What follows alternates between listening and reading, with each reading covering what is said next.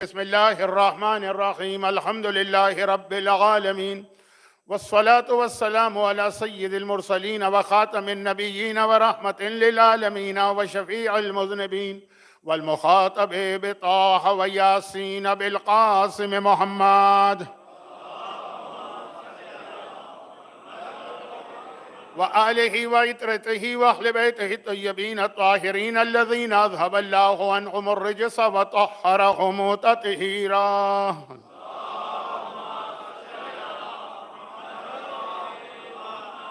سيما على بقية الله في الأرضين وحجته على العالمين الإمام المنتظر والحجة الثاني عشر، اللهم أجل فرجه وقرب زمانه وكثر أنصاره وأهلك أعداءه ولعنة الدائمة على أعدائهم أجمعين. أما بعد، فقد قال الله الحكيم في كتابه الكريم: بسم الله الرحمن الرحيم. إنا أنزلناه في ليلة القدر وما أدراك ما ليلة القدر. ليلة القدر خير من 1000 شهر. تنزل الملائكة والروح فيها بكل أمر سلام هي حتى مطلع الفجر. وقال: يمحو الله ما يشاء ويثبت وعنده أم الكتاب. صلوات.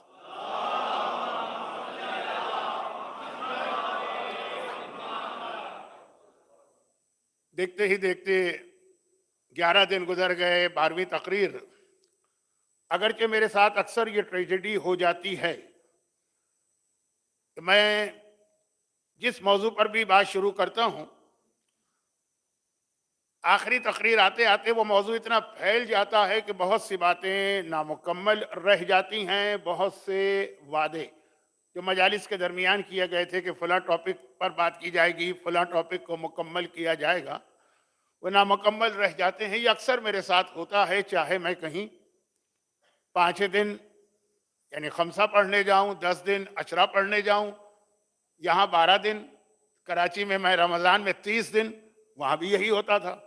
تو خیر، اب تو عمر کے اس مرحلے پہ آ گیا ہوں کہ بڈھا طوطا کیا سیکھے گا اور میں کس انداز سے اب اپنی مجالس کو تیار کروں۔ بہرحال ابھی کمیٹی نے میرا شکریہ ادا کیا، میں بھی شکر گزار ہوں، مومنین کا بھی اور کمیٹی کا بھی۔ اور جو لوگ مجھے جانتے ہیں انہیں پتہ ہے میں بہت اسٹریٹ فارورڈ آدمی ہوں۔ ممبر سے بھی میں بہت کھلی کھلی باتیں کہتا ہوں، اچھی ہے تو ٹھیک، بری ہے تب بھی بیان کر دیتا ہوں، اور عام گفتگو میں بھی کمیٹی والوں سے ہی پوچھ لیجئے۔ تو میں واقعاً اس بات کا اقرار کروں کہ کئی سالوں کے بعد ماہ مبارک رمضان میں مجھے اتنا لطف و مزہ آیا یہاں آ کر کویت میں، اور کویت کے خاص اس سینٹر، اس مسجد علی ابن ابی طالب میں اور اس مجمع، کئی سالوں کے بعد واقعاً ایک روحانی مزہ۔ یہ تو کمیٹی آپ کو بتائے گی کہ میں جسمانی اعتبار سے کوئی لذت نہیں لیتا، کھانا پینا بھی میرا بہت ہی مختصر اور بہت ہی سادہ ہوتا ہے، لیکن ایک روحانی لطف و مزہ۔ لیکن چونکہ باتیں آج بہت کرنا ہے، وقت بہت کم ہوتا ہے، اس لیے میں یہ تمہید کو چھوڑتا ہوں۔ ہاں، یہ ایک بات میں بتا دوں کہ میں جس انداز کا خطیب ہوں یا ذاکر ہوں یا اسپیکر ہوں یا مقرر ہوں، جسے کبھی یہ پرواہ نہیں ہوتی ہے کہ مجمع ہے کہ مجمع نہیں ہے، کہ ہے تو وہ نعرے لگانا چاہتا ہے تو وہ واہ واہ کرنا چاہتا ہے، کہ میں تو اپنے اسی رفتار سے چلتا جاتا ہوں، آپ نے دیکھ لیا ہوگا۔ یہ میرا طریقہ ہے۔ کسی نے ایک دفعہ مجھ سے پوچھا بھی تھا کہ مولانا آپ نے ویسے مجلس پڑھنا جتنا بھی پڑھ لیتے کہاں سے سیکھی؟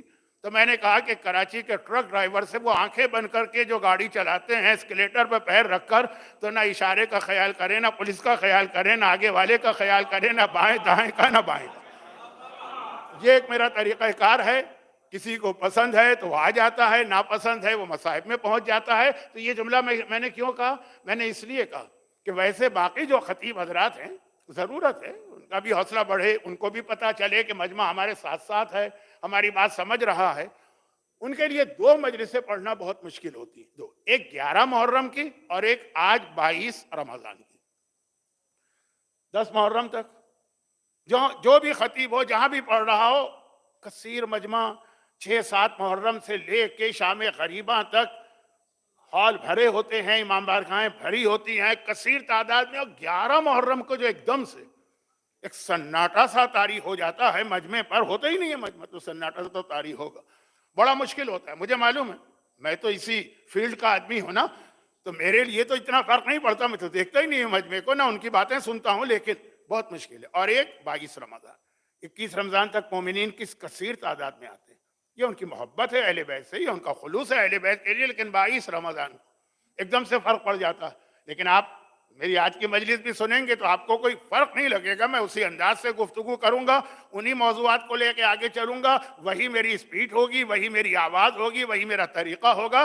لیکن یہ دو مجلس سے باقی علماء کے لیے واقعا جو بڑے بڑے خطیب ہیں ان کے لیے پڑھنا بہت مشکل ہے.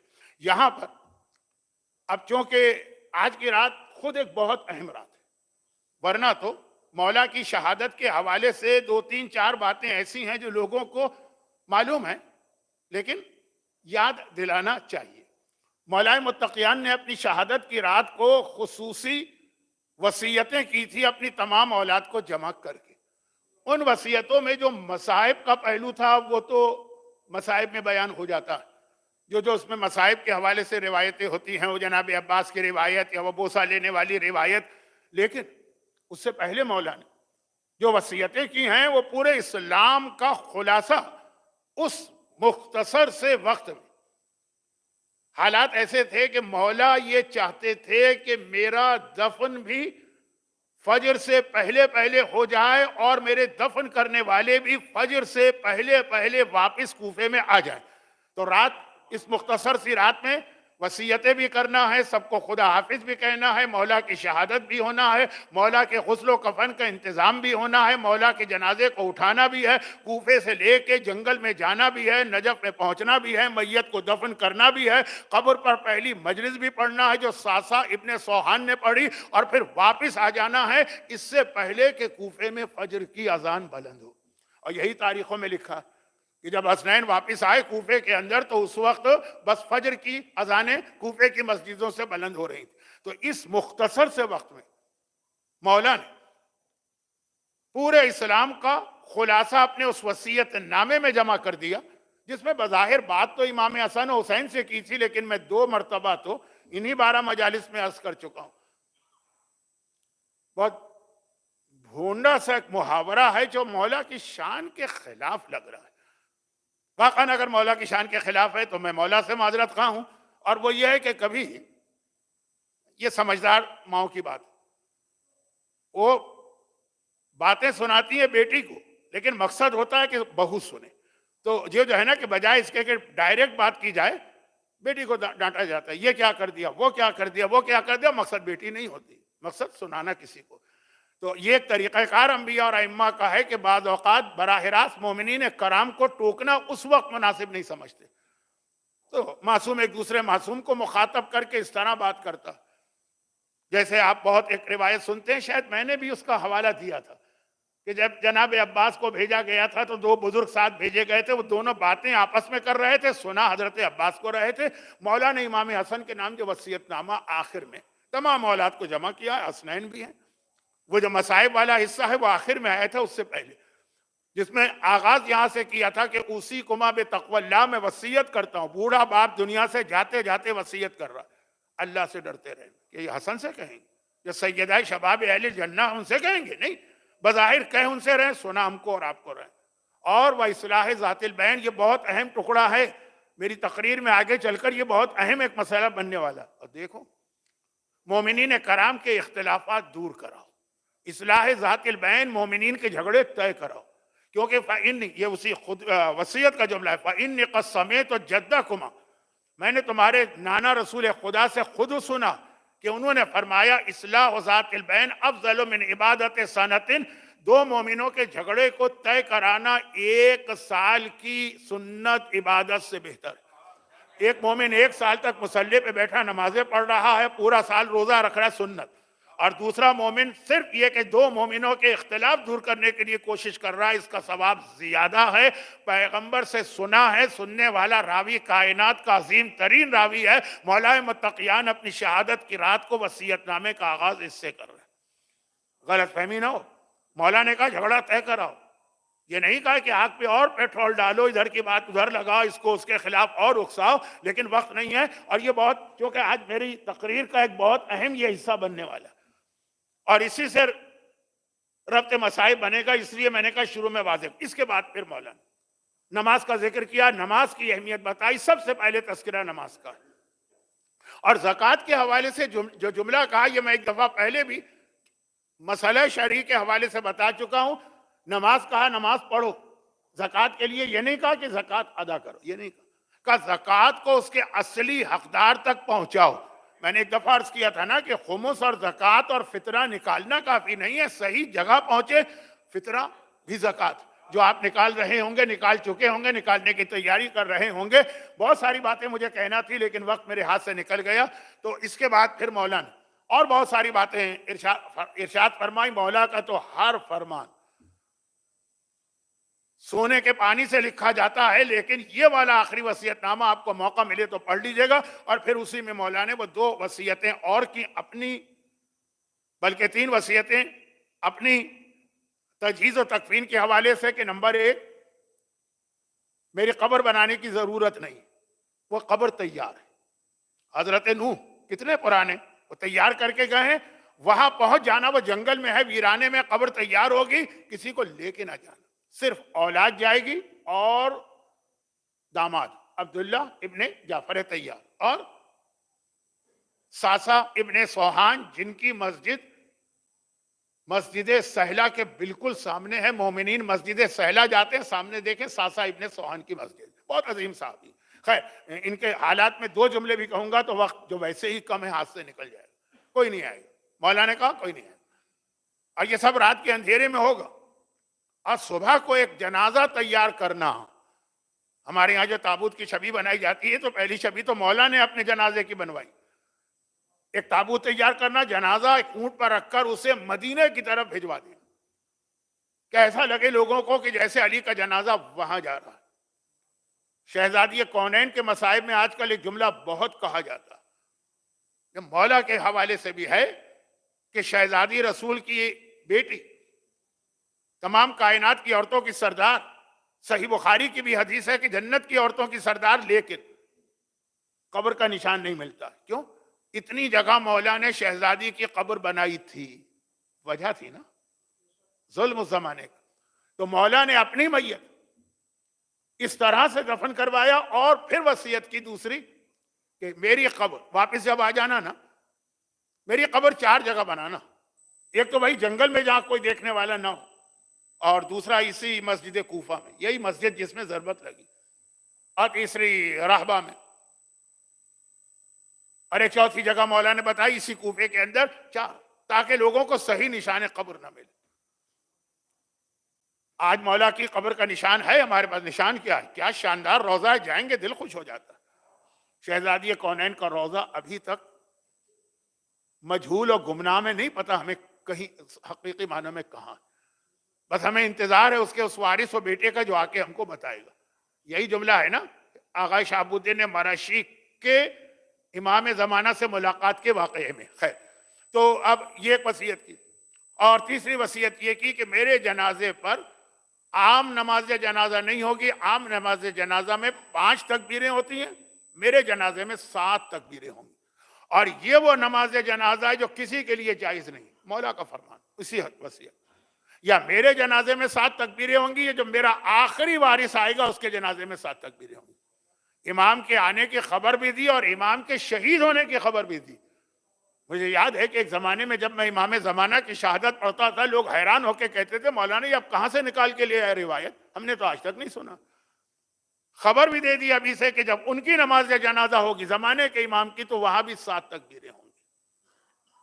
تو یہ تو اپنی تجہیز و تکفین کے حوالے سے۔ پھر اسلام کا وہ حکم جو کل آپ نے سنا، اور 21 رمضان کے دن کے وقت آقا حسن نے اس پہ عمل کیا کہ ابن ملجم کو قتل کرنا، قاتل کو معاف کرنے سے معاشرہ تباہ ہو جاتا ہے، قتل کرنا، ایک ہی وار لگانا، اور پھر ابن ملجم مارا گیا۔ پھر اس کو مسجد کوفہ کے پیچھے اس پرانے قبرستان میں دفن کیا گیا، لیکن لوگوں نے اس کی لاش کی بے حرمتی کی، واقعہ بہت لمبا۔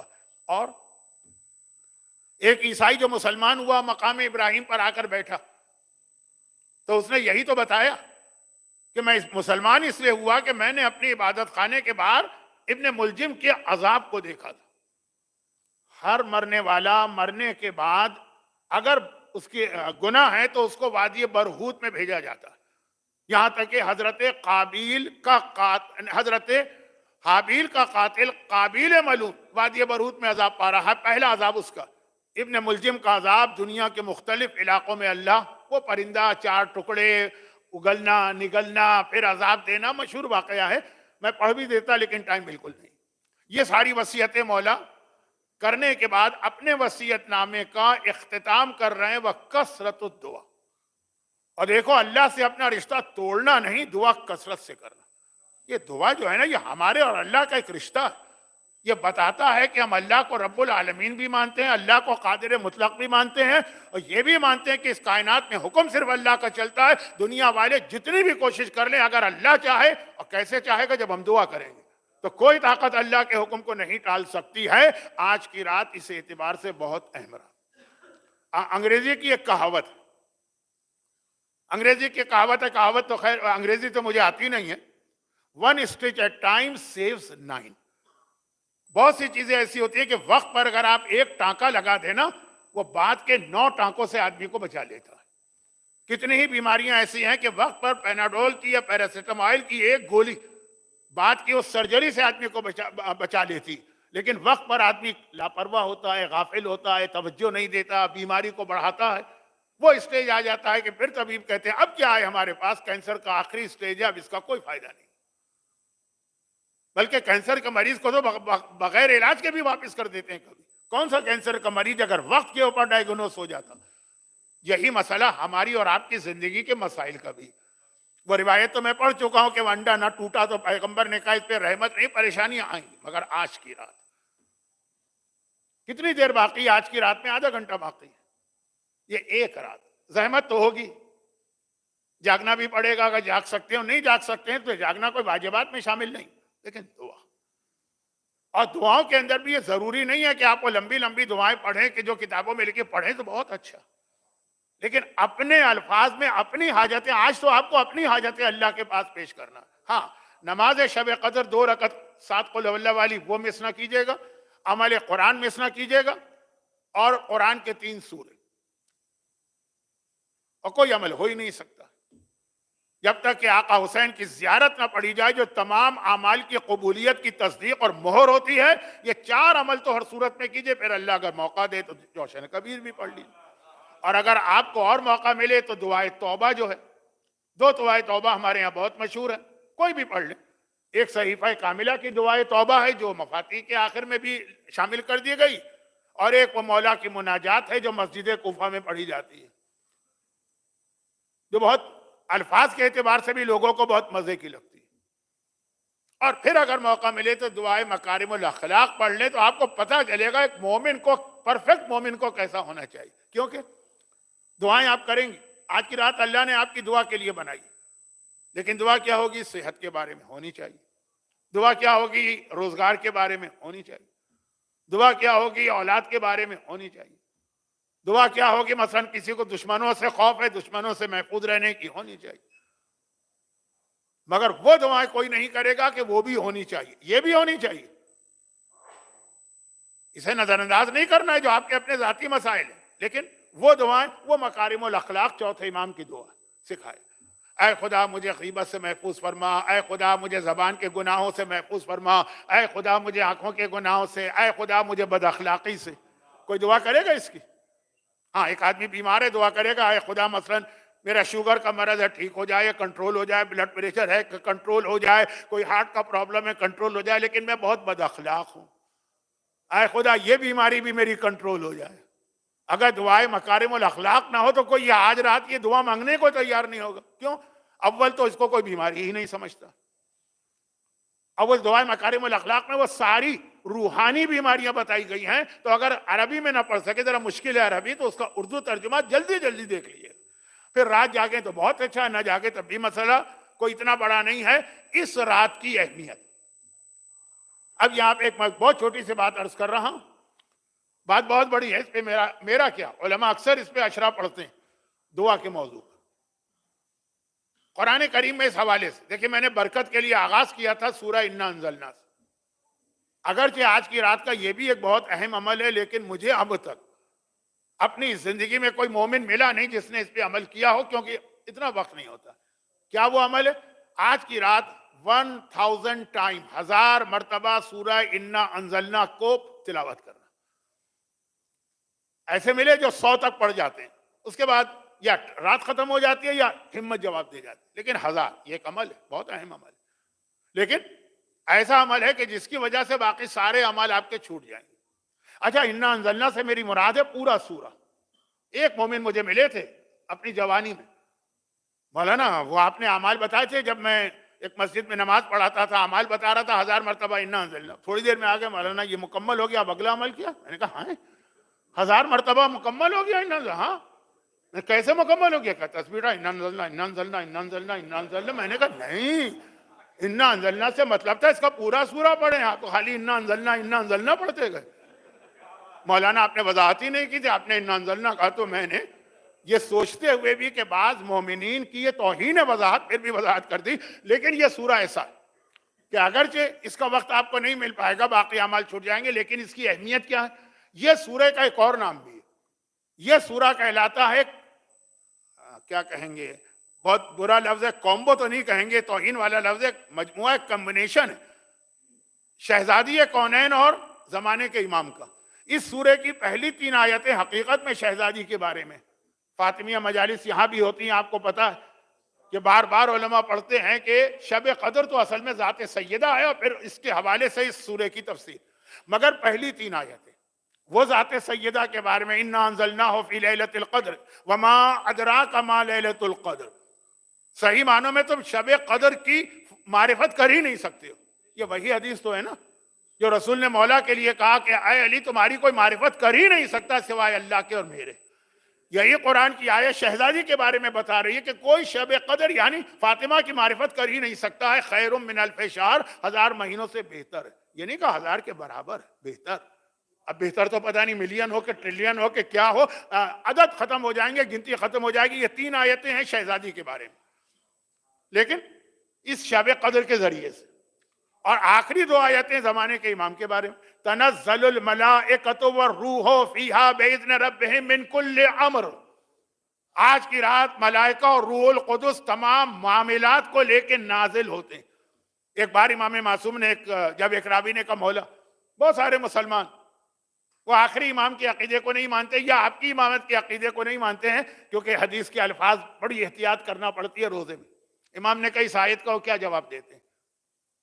ملائکہ نازل ہوتے ہیں آج کی رات سارے امر لے کر کا۔ امام نے فرمایا سنو، جب کوئی چیز نازل ہوتی ہے نا تو اس میں 4 چیزیں چاہیے ہوتی، 3 تو آیت نے بتا دی، چوتھی خود عقل بتائے گی، چوتھی عقل بتائے گی۔ جیسے اگر آپ سے کہا جائے، یہ ایک بہت پرانا جوک سا ہے، میجلن اس کا نام تھا نا، جس نے دنیا کے گرد پانی کے جہاز میں 3 چکر لگائے، پوری دنیا کہا اس نے 3 چکر لگائے، بتائیے کون سے چکر میں مر گیا؟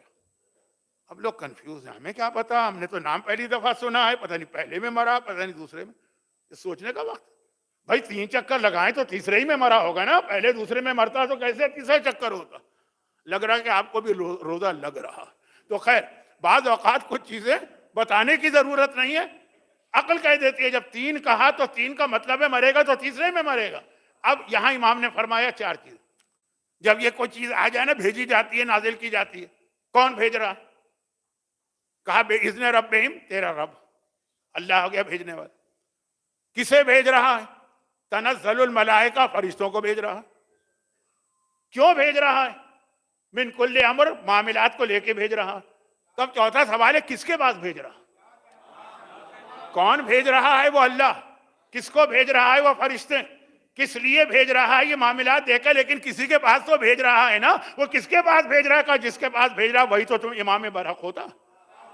آج کی رات تمام معاملات امام کے پاس آتے ہیں، اور امام کے لیے 2 جملے ہیں نا، میں نے کہا دعا ہمارے اور اللہ کے رشتے کا نام، اور وہ حسین جملہ جو آپ اکثر سنتے ہیں کہ جب کبھی میرا دل چاہتا ہے اللہ مجھ سے باتیں کرے تو میں قرآن پڑھنا شروع کرتا ہوں، اور جب میرا دل چاہتا ہے میں اللہ سے باتیں کروں تو دعا کرنا شروع کر دیتا ہوں۔ قرآن اللہ آپ سے بات کر رہا ہے، دعا آپ اللہ سے بات کر رہے ہیں۔ تو اسی انداز سے امام کے دو رشتے ہیں.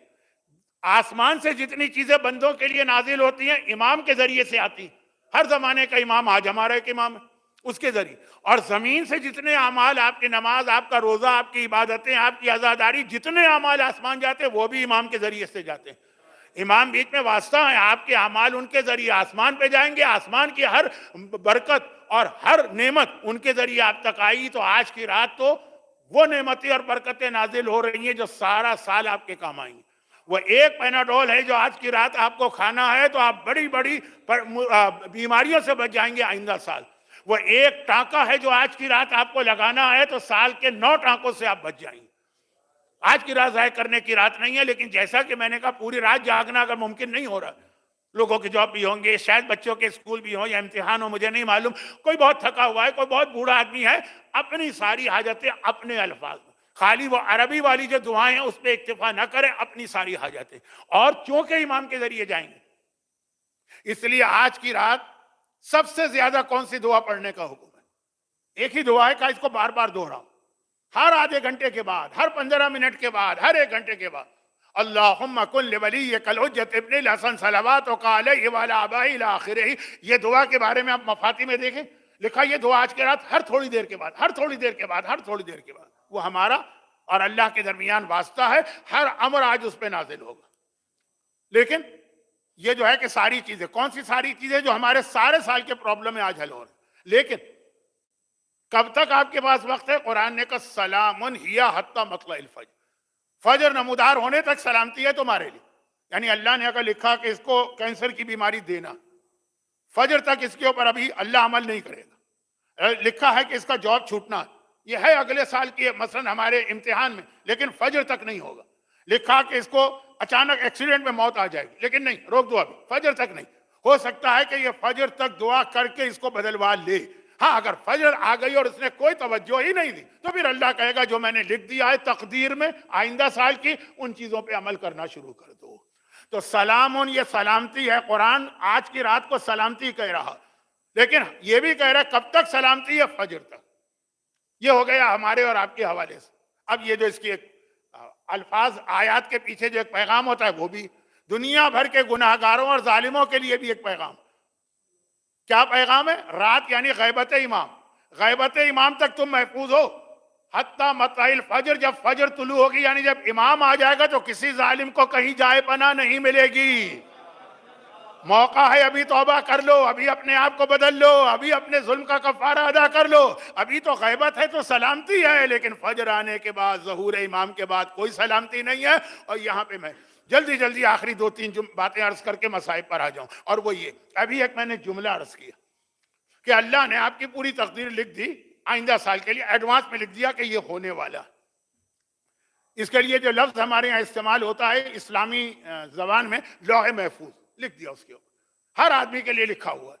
آج کل وہ جیسے آپ کے ہاتھ میں آئی پیڈ ہوتا ہے یا موبائل کی اسکرین ہوتی ہے یا لیپ ٹاپ کی اسکرین ہوتی ہے، ساری چیزیں آپ اس پہ لکھ لیتے ہیں نا کہ آپ کے آئندہ سال کے کیا پروگرام. آرگنائز لوگ 31 دسمبر کی رات 1 جنوری کو آئندہ سال کے ریزولوشن بناتے ہیں اور سب نوٹ کر لیتے ہیں. یہ لوح محفوظ تھی جو آج آپ کی سمجھ میں آ رہی ہے، اس وقت پہلے نہیں آتی تھی. لوح لکھ دیا سب کچھ، لیکن کہا کہ ابھی اس پہ عمل نہیں ہوگا. یہ لوح محفوظ کا مطلب ہے آپ کی تقدیر اللہ نے بنا دی 1 سال کے لیے، کم از کم 1 سال کی. مگر 3 چیزیں ایسی ہیں جس کے ذریعے آپ بھی اپنی تقدیر بدل سکتے ہیں. یعنی لوح محفوظ پہ لکھے ہوئے کو آپ بدل سکتے ہیں. اللہ کرے تو ٹھیک ہے، لیکن وہ آپ بھی کر سکتے ہیں. 3 چیزیں ایسی. قالت الیہود ید اللہ مبسوطہ غلت ایدیہم ولعنوا علیہم بما قالوا ولیکن یداہ مبسوطتان. سورہ مائدہ کی آیت. یہودی کہتے ہیں اللہ کے ہاتھ بندھے ہوئے، ان کے ہاتھ بندھ جائیں، لعنت ہو ان کے اس عقیدے پر. قرآن کہہ رہا ہے، میں نہیں کہہ رہا ہوں. یہ آیت قرآن کی آیت نمبر 67 65 ایسے کچھ. ولیکن یداہ مبسوطتان، اللہ کے ہاتھ بندھے نہیں، اللہ کے ہاتھ کھلے ہوئے. اب کیا مطلب اس کا؟ بہت جلدی سے بات کر رہا ہوں. ایک عقیدہ تھا پیچھے کی قوموں کا، ماضی کی قوموں کا، جب اللہ تقدیر لکھ دیتا ہے نا وہ ہو گئی فائنل، اللہ بھی اس کو چینج نہیں کر سکتا. اس کے ہاتھ بند گئے، اس کے ہاتھ بند گئے. بندھے ہاتھوں سے مطلب جو اللہ نے لکھ دیا اس کو چینج نہیں کرے گا. کبھی کبھار ہماری زندگی میں ایسا ہوتا ہے، لیکن سمجھانے کے لیے بات کر رہا ہوں. ایک صاحب کا مکان تھا، وہ کرائے پہ دے رہے تھے، انہوں نے اعلان کیا کہ کون لے گا رینٹ پر. ہم بھی پہنچے، ان کے پاس تعلقات بھی تھے، جان پہچان بھی تھی، کچھ بزرگی کا احترام بھی تھا. ہم نے کہا چاہیے کہ مولانا افسوس آپ 1 گھنٹہ دیر سے آئے، ہم کسی اور سے وعدہ کر چکے تھے، اب ہمارے ہاتھ بند گئے، اب ہم وعدہ خلافی نہیں کر سکتے. میں بہت جلدی مثالیں دے رہا ہوں تاکہ وقت میں بات پوری ہو جائے. تو یہودیوں کا عقیدہ یہی اللہ کا معاملہ. لکھ دیا اللہ نے کہ آپ کی عمر 70 سال ہے. اب اللہ کے بھی ہاتھ بن گئے، جب لکھ دیا، فرشتوں نے دیکھ لیا، اب اللہ اس کو بدل نہیں سکتا. قرآن کا لعنت ہو ان کے اوپر. اللہ کے ہاتھ کھلے ہوئے، جو اللہ نے لکھ دیا ہے اللہ بدل سکتا ہے. پھر وہ آگے آیت ہے، یمحو اللہ ما یشاء ویثبت وعندہ ام الکتاب. جو اللہ چاہے مٹا دے، ڈیلیٹ کر دے. محو کرنا، مٹا دینا، ڈیلیٹ کر دینا. جو اللہ اپنے لکھے ہوئے کو چاہے مٹا دے، جسے چاہے باقی رکھے. اس کے ہاتھ کھلے ہوئے ہیں. 3 چیزیں ایسی ہیں جس کے ذریعے آپ اللہ کے لکھے ہوئے کو بھی چینج کر سکتے. کرے گا اللہ چینج، لیکن آپ کے کہنے سے. تین بہت اہم ہیں، اور ان میں سے ایک آپ کو پتا ہے صدقہ. روایتوں میں ہے کہ صدقہ موت کو ٹال دیتا ہے. کیا مطلب؟ فرشتوں کو آرڈر آ گیا کہ اس آدمی کو 29 رمضان کو موت دینا ہے، ملک الموت تیاری کر رہا ہے، سارے سامان اس نے جمع کر لیے، وہ چلا 29 رمضان کو، آرڈر آگے رک جاؤ. اب اس کو 5 سال کی زندگی اور مل گئی. کیوں مل گئی؟ کہ اس نے صدقہ دیا. پہلے اللہ نے لکھ دیا تھا اپنے لکھے ہوئے کو. اب یہ صدقے پہ تو پوری الگ میں مجلس سے پڑھتا ہوں، لیکن صرف ربط ملانے کے لیے اصل تیسری چیز ہے کہ صدقہ جس طرح آپ سنتے ہیں نا، خالی موت کو نہیں ٹالتا، موت جیسی چیز ٹال دیتا ہے، لیکن باقی بلائیں بھی. دوسری چیز ہے صلہ رحمی، رشتہ داروں کے ساتھ اچھا سلوک کرنا. کتنی روایتیں ہیں کہ رشتہ داروں کے ساتھ اچھا سلوک کرنا تقدیر بدل جاتی ہے. میرے ذہن میں تو بڑے کچھ دلچسپ واقعات بھی آ رہے ہیں، لیکن کیا کروں، یہ گھڑی میرے کنٹرول سے باہر ہے اور ابھی بات بہت زیادہ نامکمل. اور یہ انشاءاللہ فی الحال تو میں بہت مصروف ہوں. آئندہ کئی سالوں میں اگر کبھی میں اس طرف آ گیا بھٹکتا ہوا تو ان باتوں کو مزید آگے بڑھاؤں گا. تیسری چیز ہے دعا. دعا میں وہ طاقت ہے کہ اللہ نے لکھ دیا، نہ آپ نے صدقہ دیا، نہ آپ نے صلہ رحمی کی، خالی دعا کی. مثال بھی دی امام نے. نبی یہ وقت کوئی بات کہہ دی اور وہ بات پوری نہ ہو. حضرت یونس نے اپنی قوم سے کہا کہ تم پر عذاب آئے گا، اور اتنی یقینی بات تھی کہ اپنی قوم کو چھوڑ کے چلے گئے. ہر نبی کا طریقہ ہے عذاب کی خبر دیتا ہے جب کنفرم عذاب ہو. کنفرم، مثلا کنفرم کسے کہتے ہیں؟ ایک تو نبی کہتے ہیں تم یہ گناہ کر رہے ہو عذاب آئے گا. وہ نہیں ہے کنفرم. کنفرم ہے کہ کہے 25 رمضان کی فجر کے بعد عذاب آ رہا. یہ ہے کنفرم. جب یہ کہتے ہیں تو اس سے پہلے والی رات کو وہ اپنی قوم سے نکل جاتے ہیں، اور جو مومن ہیں ان کو لے کے. حضرت یونس اتنی کنفرم خبر سے نکلے. عذاب خدا آیا؟ نہیں آیا. آیا، سروں پہ پہنچا. انہوں نے دعا مانگی، خالی دعا. نہ کوئی صدقہ دیا اس وقت، نہ کوئی صلہ رحمی اس وقت کی ہے، لیکن دعا کی اتنی طاقت تھی کہ آتا وہ عذاب ان کے سروں سے مس ہوتا وہ واپس چلا گیا. یہ دعا کی طاقت ہے. یہ بڑے دلچسپ واقعات ہیں میرے پاس، لیکن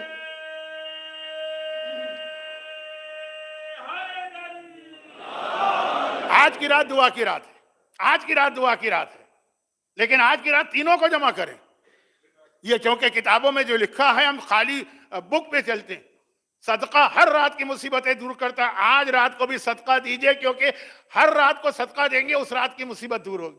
آج رات کو صدقہ دیں گے سارا سال کی مصیبت دور ہوگی، کیونکہ آج رات کی مصیبتیں اگر دور ہو گئی نا تو یہ تو سارے سال کی باتیں ہیں نا. تو صدقہ ضرور دیجئے، چاہے آپ کو کتاب میں اعمال میں یہ لکھا ہوا نظر نہ آئے. نماز ہے، قرآن کے سورے ہیں، سر پہ قرآن رکھنا ہے، غسل ہے، صدقہ نہیں لکھا، لیکن لکھنے کی ضرورت نہیں، کنفرم چیز ہے. صدقہ آج کی رات تو یہ تو دعا بھی قبول کراتا ہے. یہ خود اپنی جگہ خود صدقہ بلائیں دور کرتا ہے، پھر یہ دعا بھی قبول کراتا ہے. تو یہ اعمال میں شامل کیجئے، لیکن دعا اصل چیز میں کہہ رہا ہوں دعا. آج کی رات دعا کی رات ہے، دعا کی طاقت. اور ایک بات اس کے اندر کہنا بہت ضروری ہے. وقت میرے ہاتھ سے نکل گیا، لیکن اب میں بہت جلدی یہ بات کہہ رہا ہوں. ایک بات بہت ضروری. بہت سارے لوگ کہتے ہیں کہ مولانا وہ تو ہر سال ہم سنتے ہیں، کوئی بہت زور و شور سے بتا کے جاتا ہے، کوئی ٹھنڈے انداز سے جب سے ہوش سنبھالا ہے اس سے سن رہا ہے کہ دعا دعا. لیکن چلے، آپ لوگ کہہ رہے ہیں، معصوم کا نام لیتے ہیں، ہم کچھ بول نہیں سکتے، لیکن دعائیں ہم 500 مانگتے ہیں، ایک بھی دعا قبول نہیں ہوتی. چلے 2 4 5 ہو گئے. وہ جو اتنی آپ لوگ اہمیت بتاتے ہیں شب قدر کی، بڑھ چڑھ کر کے یہ دعائیں اور یہ فائدہ، لیکن ہمارا تجربہ تو یہ ہے کہ ہوتی ہیں کچھ دعائیں قبول، لیکن جیسا آپ لوگ جس طرح کہتے ہیں شب قدر سب دعائیں پوری ہونی چاہیے، چلے 90% ہونی چاہیے. تو شب قدر ہی کی ایک دعا میں اس کا پیغام بھی ہے، اور ماہ رمضان کی جو پورے مہینے کی دعا 30 دن، اس میں بھی یہ پیغام. وہ کیا ہے؟ دعا افتتاح. اس کے شروع میں اے خدا میں اپنی جہالت کی وجہ سے شک میں پڑ جاتا ہوں ان ابطأت انی، جب دعا قبول ہونے میں دیر لگتی ہے، لیکن مجھے پتا ہے لعلمک بعاقبۃ الامور، جو تو میری دعا قبول نہیں کر رہا ہے اس میں بھی میرے لیے کوئی فائدہ ہے، کیونکہ میں مستقبل کو نہیں دیکھ رہا ہوں، تو مستقبل کو دیکھتا ہے. جو دعا قبول نہیں ہوئی اس میں بھی آپ کے لیے کوئی فائدہ. اب میرے پاس ایک بہت دلچسپ واقعہ حضرت سلیمان کا ہے، لیکن اس کے پڑھنے کا وقت نہیں، وہ کتوں والا واقعہ. دو کتوں کی لڑائی، سلیمان نبی کا دخل دینا، دعا جو قبول نہیں ہوئی. اب لیکن ایک حکایت سن لیجئے، یہ کوئی حدیث نہیں ہے لیکن بات وہی کہی ہے جو حدیث میں. پرانے زمانے کے بادشاہ تھے تو ان کا ایک تفریح کا ذریعہ ہوتا تھا شکار. بہت بڑی چیز جانتے ہیں، ان کو پتا ہے کہ کتنا آدمی شکار میں فریش ہو جاتا ہے. گرچہ میری سمجھ میں نہیں آتا ہے جو مچھلی کا شکار کرتے ہیں یہ صبح سے شام تک بیٹھے کر کیا رہے ہیں، لیکن خیر جو بیٹھا ہوا ہے اس کو مزہ آ رہا. تو بادشاہ شکار کے لیے چل رہا ہے، مومن تھا، مسلمان تھا، تو وہ دعا کر کے چلا کے جا رہے ہیں شکار پہ. جائیں خیریت سے جائیں، خیریت سے آئیں. ہر سفر میں آدمی دعا کرتا ہے، شکار میں تو اور ضروری. شیر کا شکار کرنے جا رہے ہیں، آپ بھی شیر کو مار سکتے ہیں، شیر بھی آپ کو مار سکتا ہے. دعا کر کے چلا، چلنے والا تھا. ایک دم چلتے وقت اس وقت ہتھیار دیکھ رہا تھا، ایک کوئی خنجر بنجر چیک کر رہا تھا، ایک دم اس کی انگلی پہ لگا، اس کی انگلی کٹ کے گر گئی. اب وہ دعا کر رہا ہے میں خیریت سے جاؤں، یہاں پہ انگلی کٹ گئی اس کی.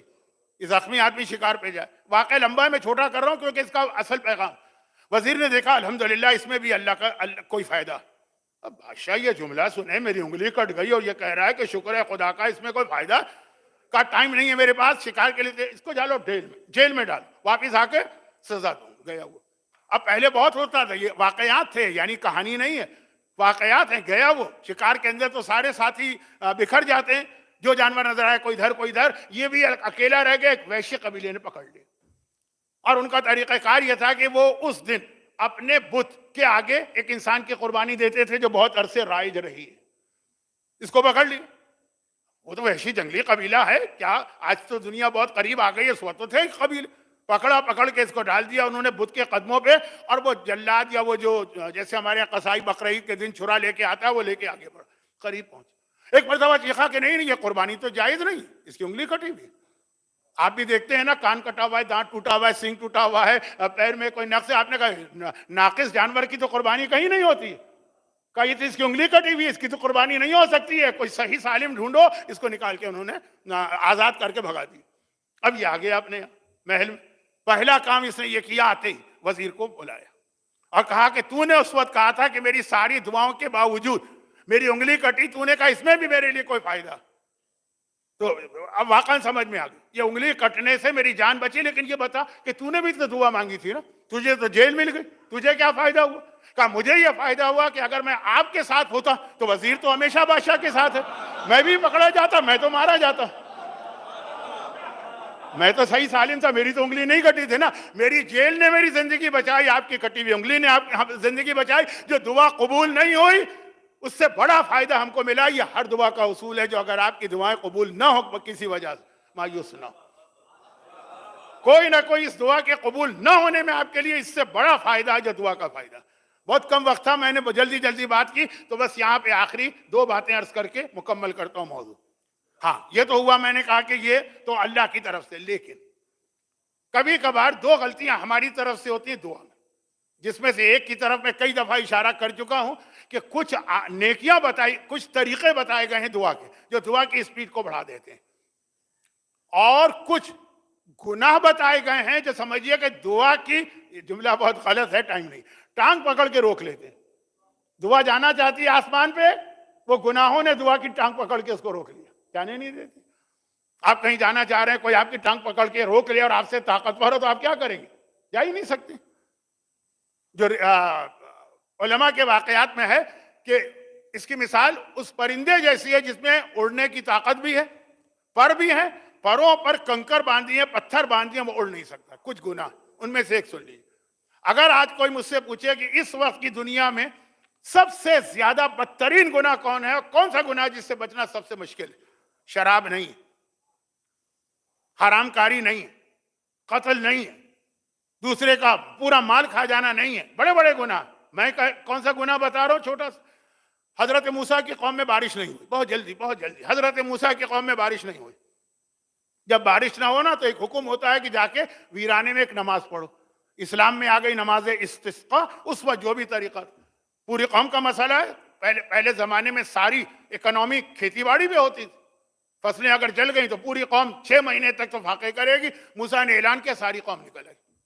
اب وہاں پہنچے, پہلے 2 رکعت نماز پڑھی, پھر دعا کرتے ہیں. دعا کے لیے ہاتھ اٹھائے, جبرائیل آ گئے. کہا موسیٰ ان کے لیے دعا نہ کرنا, اللہ اس قوم کی دعا قبول ہی نہیں کرے گا. تم نبی وقت ہو, تمہاری دعا رد نہیں کر سکتا اللہ, اس لیے دعا ہی نہ کر. موسیٰ نے ہاتھ اٹھائے, قوم آمین کہنے کے لیے تیار ہے. دیکھا موسیٰ نے ہاتھ گرا دی. یا نبی اللہ کیوں؟ کہا اس لیے کہ اللہ نے کہا تمہاری دعا قبول ہوگی نہیں. کیوں نہیں ہوگی؟ خدا کا وعدہ. کہا یہ جبرائیل نے اللہ کا پیغام دیا, تم میں ایک ایسا آدمی ہے جو لوگوں کی غیبتیں کرتا رہتا. یہ ہوتا ہے نا ہمارے غیبت کا مطلب یہ کہ ابھی آپ کے ساتھ کوئی بیٹھا ہے, بڑی آپ کی تعریفیں کر رہا ہے, آپ اٹھ کے گئے اور اس نے دوسروں کے سامنے آپ کی برائی شروع کر دی. آپ بیٹھ جائیے کسی مومن کے پاس آدھا گھنٹہ بھی, وہ شراب سے بچا ہوا ہے, وہ حرام کاری سے بچا ہے, وہ قتل سے بچا ہے, وہ لوگوں کا حق مارنے سے بچا, غیبت سے نہیں بچا ہوگا. ایسا گناہ ہے کہ زبان پہ خود بخود آتا ہے, ہم کو پتہ بھی نہیں چلتا ہے. ہم مسجد میں ہیں تو غیبت ہے, ہم امباڑے میں ہیں تو غیبت ہے, ہم روزے میں ہیں تو غیبت ہے, ہم حج کر رہے ہیں تو غیبت ہے, ہم قرآن پڑھ رہے ہیں تو غیبت ہے. اپنے عام اجتمااعات اور اپنے عام محفلیں تو چھوڑیں. اس طرح غیبت گناہ بڑھ گیا, پھیل گیا, یعنی کسی کی برائی کرنا اس کی ایبسنس میں. اور اس سے بڑا گناہ ہے کہ منہ پہ تعریف کریں, اٹھ کے گیا تو برائی شروع ہو. تو اب یہ بہت بڑا موضوع ہے, لیکن میں اس لیے ختم کر رہا ہوں کہ موسیٰ کا واقعہ کہا کہ دعا قبول نہیں ہوگی کیونکہ تم میں ایک ایسا آدمی ہے جو لوگوں کی غیبت کرتا رہتا ہے. جس مجمع میں غیبت کرنے والا ہو اس کی دعا قبول نہیں ہوگی. اب چونکہ ساری قوم کی زندگی کا دار و مدار بارش پر ہے, اب سب غصے سے بھی بھر گئے. ہو سکتا ہے کہ عام دنوں میں وہ اس کی باتیں مزے لے کے سنتے ہوں, وہ آدھی بات کہتا ہوں کہ اچھا اور ذرا بتانا وہ صاحب اور کیا کرتے ہیں, لیکن اس وقت تو اپنی زندگی کا مسئلہ ہے نا. یا نبی اللہ اس کم وقت کا نام بتائیے, ہم اسے جوتے مار کے نکال دیں گے اپنی قوم سے. موسیٰ نے کہا یہی میں نے خدا سے پوچھا تھا کہ خدا بندہ اس کا نام بتا دے کون ہے تاکہ یہ قوم بچے. کہا اے موسیٰ میں نے دعا تمہاری روک لی کیونکہ وہ دوسروں کی برائی کرتا ہے. اب اس کا نام بتا کر کیا میں وہی برائی کروں جس کی وجہ سے میں نے تمہاری دعا روکی؟ کیا وہی غیبت کا گناہ میں کروں اگر میں اس کا نام بتا دوں؟ وہ اپنی جگہ توبہ کر لے, معاملہ ختم ہو جائے گا. اللہ تک کہہ رہا ہے کہ میں نام نہیں بتاؤں گا, تو پھر وہی برائی ہو گئی جس کی وجہ سے اس کے دعا روکی جا رہی ہے. اس نے دل سے توبہ کی, دعا کی ضرورت بھی نہ پڑی کیونکہ اب وہ گھبرا گیا دل میں کہ ایسا نہ ہو کہ لوگوں کو پتہ چل جائے تو سب مجھے کچا چبا جائیں گے. اس نے دل سے توبہ کی, فوراً بادل آ گئے, بارش ہو گئی. تو یہ غیبت کا گناہ بہت بدترین گناہ جو دعا روک لیتا ہے. میرا اصل موضوع غیبت کا گناہ نہیں, آج کی رات دعا. تو یہ وہ چیز ہے جو دعا کی ٹانگ پکڑ کے اس کو اوپر جانے سے روک لیتی, پر پکڑ کے اس کو اڑنے سے روک لیتی. اس سے اپنے آپ کو بچائیے اور توبہ بھی کیجیے آج کی رات کہ یہ گناہ آپ سے نہیں ہوگا. دعائے مکارم الاخلاق اگر آپ پوری پڑھ لیں گے تو اس میں یہ آ جائے گا, نہ پڑھ سکیں تو کم از کم یہ گناہ. اور دوسری طرف اب دعا کی اسپیڈ بہت تیزی سے بڑھ جائے. اس کے لیے معصوم کی حدیث بھی ہے کہ اپنے لیے دعا کرو تو دوسرے مومن کے لیے بھی وہی چیز مانگو.